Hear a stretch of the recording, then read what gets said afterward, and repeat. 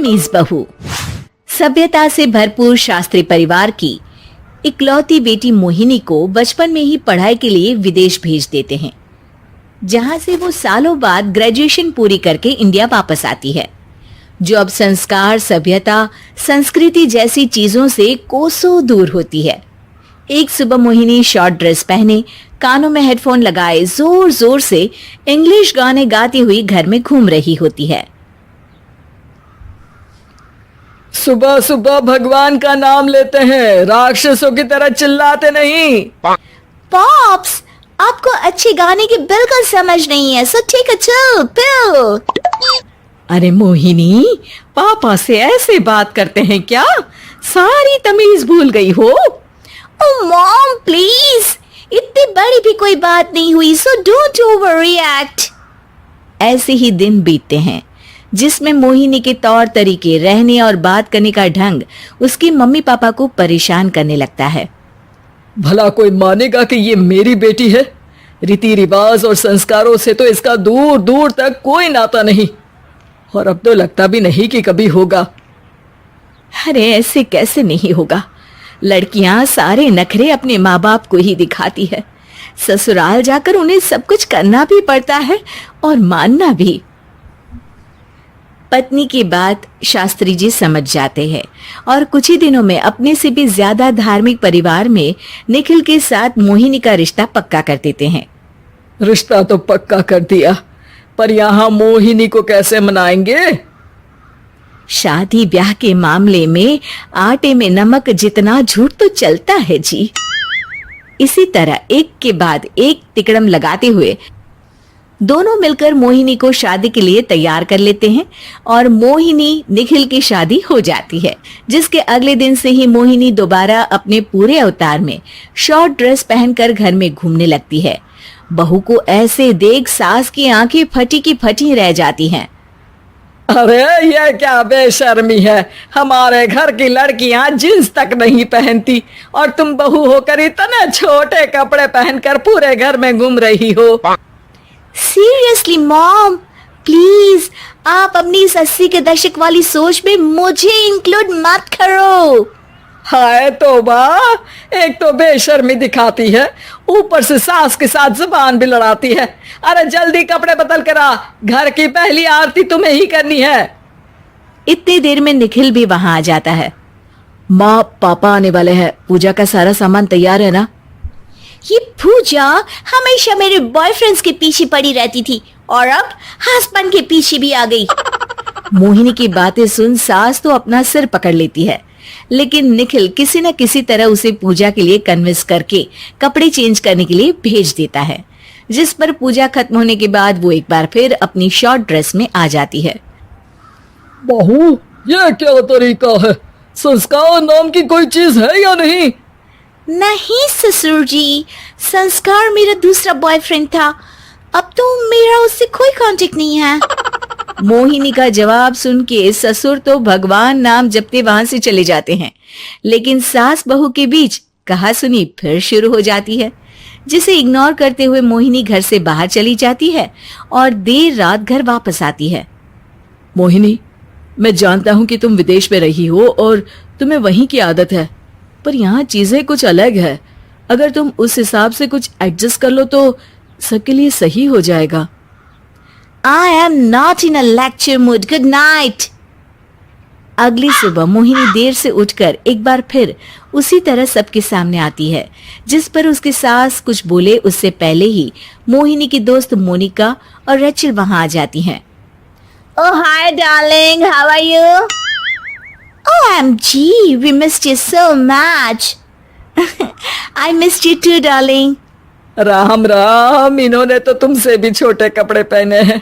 अरे तुम लोगों के अंदर कोई शर्म लिहाज बाकी भी है या सब बेच खाई? मोहिनी, तुम्हारी मेड कुछ ज्यादा नहीं बोलती? इस पर मोहिनी की दोस्त उसकी सास का मजाक बनाने लगती है, जिसे सुन निखिल उन्हें जवाब देते हुए कड़वे शब्द सुना देता है और वो सुन के वो दोनों तो मुंह बनाए वहां से चली जाती है, लेकिन गुस्से से लाल मोहिनी वहीं खड़ी निखिल को घूरती रहती है। घूर क्या रही हो? तुमसे शादी की ये सोचकर कि विदेश में पढ़ी लिखी हो, घर में कोई पॉजिटिव चेंज लाओगी, अपनी करियर के लिए एम्बिशियस होगी, पर अपने इस बिहेवियर से उस पढ़ाई के साथ साथ अपने मम्मी पापा के नाम को भी डुबो रही हो। अगर तुम्हें ऐसे ही हाल रखने हैं तो यहां रहने की कोई जरूरत नहीं है। निखिल की बातें सुनकर मोहिनी रोते हुए घर छोड़कर अपनी मम्मी पापा के पास वापस आ जाती है। ससुराल में सब कुछ ठीक तो है? वो अपने आप को समझते क्या है? मोहिनी पर चिल्ला रहे हैं? मैं क्यों उसके इशारों पर चलूं? मैं अपनी लाइफ अपने तरीके से जीना चाहती हूँ और वो ना आप लोगों को मंजूर था और ना ही उन्हें है। तुम यहाँ नहीं रह सकती। अपने पापा की बात सुन के मोहिनी हैरान रह जाती है। हाँ, तुमने बिल्कुल सही सुना। अगर तुम्हें अपने इस घमंड, बेशर्मी और बदतमीजी में ही जीना है तो तुम यहाँ भी नहीं रह सकती। बेटी, मैं मानता हूँ हमारे यहाँ रीति रिवाज बहुत मायने रखते हैं और हमने उन्हीं के ओवरडोज से बचाने के लिए तुम्हें विदेश भेजा था। एक लड़की जो शादी करके घर और बच्चे संभालती है, उससे तुम अपने आप को ज्यादा समझ सको इसके लिए भेजा था। तुम उससे ज्यादा समझो और बनो, पर तुम तो किसी दूसरी ही ट्रेन में चढ़ गई बेटा। उसके मम्मी पापा बहुत देर तक मोहिनी को सारी बातें समझाते हैं, जिन्हें सुनकर मोहिनी को अपनी गलती का एहसास होता है। वो जॉब ज्वाइन कर लेती है और ससुराल वापस आकर उन्हें मॉडर्न बनाती है और खुद भी कुछ रिवाज सीखते हुए खुशी से रहने लगती है। सीमा की शादी राकेश से तय होती है। शादी से पहले दोनों घंटों फोन पर बातें करते। पता नहीं तुम्हारी और मेरी माँ की पटेगी कि नहीं। अरे, ये पहले ही सोच लोगी कि नहीं पटेगी तो मैं कुछ नहीं कर पाऊंगा। तुम कितने अच्छे हो जी। पता नहीं तुम्हारी माँ कैसी होगी। मेरी माँ बिल्कुल मेरे जैसी ही है। शादी के बाद सीमा राकेश के घर आ जाती है। अरे सासू माँ, आप किचन में। सॉरी, मैं देर से उठी। देख सीमा, या तो सास बोल ले या माँ बोल, क्या पसंद है तुझे बोलना? माँ ही बोलूंगी। सास बोलती तो मैंने किसी को नहीं सुना। अच्छा, चलिए बता दे कि कितनी रोटी सेकू तेरे लिए। तू नहीं है ना तो हम लोगों को पता नहीं है। हूं तो नहीं, लेकिन इंसान हूं तो 2 ही खाऊंगी। वो मन ही मन सोचती है, बड़ी आई ताने देने वाली। भला सास भी बहू के लिए रोटी बनाती है? हाँ, बहू है तो तू इंसान ही, लेकिन मैं भी इंसान हूँ, पर मैं तो 3 रोटी खाती हूँ। पर चल कोई ना, अभी तेरे लिए रोटियां बना देती हूँ। सीमा वहां से चली जाती है। सब खाना खाने बैठते हैं कि सीमा कहती है, माँ, आप ना आज मुझे सारे घर का खाना पीना और हिसाब समझा दीजिएगा। कल से मैं घर संभाल लूंगी। अरे बेटा, तू कल ही तो ब्याह कर आई है, अभी कुछ दिन आराम कर, घूम फिर, घर तो सारी जिंदगी संभालना है। हाँ हाँ, पूरा घर खुद अकेली हड़पना चाहती है, तभी तो। अब नहीं नहीं माँ, अब ना जिम्मेदारी बड़ी है, तो जितनी जल्दी अपना घर संभाल लूँ उतना ही अच्छा है ना। आखिर है तो सब मेरा ही ना। अगले दिन सास एक पेपर सीमा को देती है। सीमा बहू, ये ले, सारा घर मैंने आज तेरे और राकेश के नाम कर दिया है। अब मैं तो चिंता से मुक्त हो गई। अरे माँ, इसकी क्या जरूरत थी? तू घर की बड़ी है, ये प्रॉपर्टी नाम करने को किसने कहा तुम्हें? सीमा डर जाती है कि कहीं सास उसका नाम ना ले ले। अरे बेटा, बुजुर्ग शरीर का क्या भरोसा। वैसे भी जो है सारा कुछ तुम लोगों का ही तो है। नाटक, सारा नाटक। हे भगवान, ये औरत तो थकती ही नहीं नाटक करते। शाम को कमरे में सीमा राकेश को कहती है, एक बात बताओ, ये ऑफिस से आकर तुम घंटों माँ के कमरे में क्या करते हो?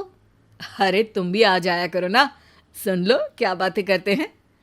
तब सीमा को ख्याल आता है कि क्यों ना एक दिन माँ बेटी की बातें छुपकर सुन ली जाए। तो वो दरवाजे के पीछे छुपकर दोनों की बातें सुनती हैं।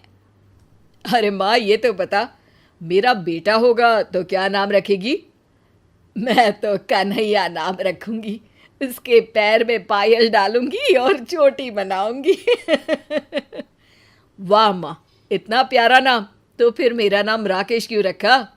अरे बेटा, तेरा नाम तो तेरे पापा ने रखा था। राकेश उनका सपना था कि तू साइंटिस्ट बने।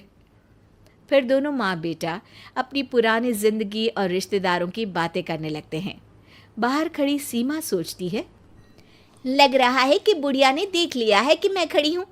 कल फिर से सुनती हूँ कि ये लोग कैसे मेरी बुराई करते हैं। लेकिन अगले दिन भी वही होता है। दोनों आपस में घर की बात करते हैं, सेहत की बात करते हैं या ऑफिस की बात करते हैं। फिर वो समय भी आ जाता है जब सीमा माँ बनती है। उनके घर में बेटी पैदा होती है। राकेश और सीमा बच्ची को लेकर घर आते हैं कि तभी बेटी का नाम कान्हा तो सोच रखा था, देखते हैं बेटी हुई है तो क्या करेंगी, खुशी थोड़ी ना होगी बुढ़िया को। तभी सीमा की सास दरवाजा खोलती है। सास ने पूरा घर गुब्बारों से सजा रखा होता है। वो हाथ में पूजा की थाली लेकर नई बच्ची का स्वागत करती है। शुक्रिया बहू, हमारे घर को चिराग देने के लिए। अब तो मुझे राकेश तेरी भी ज़रूरत नहीं है। ये बोलकर वो बच्ची को गले लगाकर रोने लगती है। पता नहीं खुशी में रो रही है या बेटी होने का दुख है इनको। देखो तो माँ कितनी खुश है सीमा।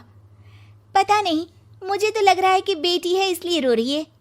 बेटी की चाहत में घर सजाया होगा। बस भी करो सीमा, मेरी माँ जितना भी अच्छा कर ले तुम हमेशा उनमें कमी देखती हो। ये बोलकर वो वहां से चला जाता है। सीमा देखती है कि कैसे सास बच्ची को खिलाती पिलाती, उसका ख्याल रखती, उसके साथ पूरी पूरी रात जगती और बच्ची से बहुत प्यार करती। माँ जी, मुझे तो लगा था कि आपको पोता चाहिए जिसका आप कान्हा नाम रखती। अरे नहीं सीमा बहू, वो तो राकेश ने पूछा कि बेटा होगा तो क्या नाम रखूंगी। पर सच बोलूं तो मुझे बच्चियां ही पसंद है। मेरी कोई बेटी नहीं थी, लेकिन तू आई तो वो कमी भी पूरी हो गई। लेकिन छोटी बच्ची को पायल पहनाना, उसको काजल लगाना वो शौक तो अब पूरे हो रहे हैं। सीमा सास की बात सुनकर भावुक हो जाती है और उन्हें गले लगा लेती है। मैं समझती हूँ तुझे भी कि तू क्या सोच रही है। हाँ, क्या? यही ना कि गलत फहमी कभी नहीं पालनी चाहिए, है ना?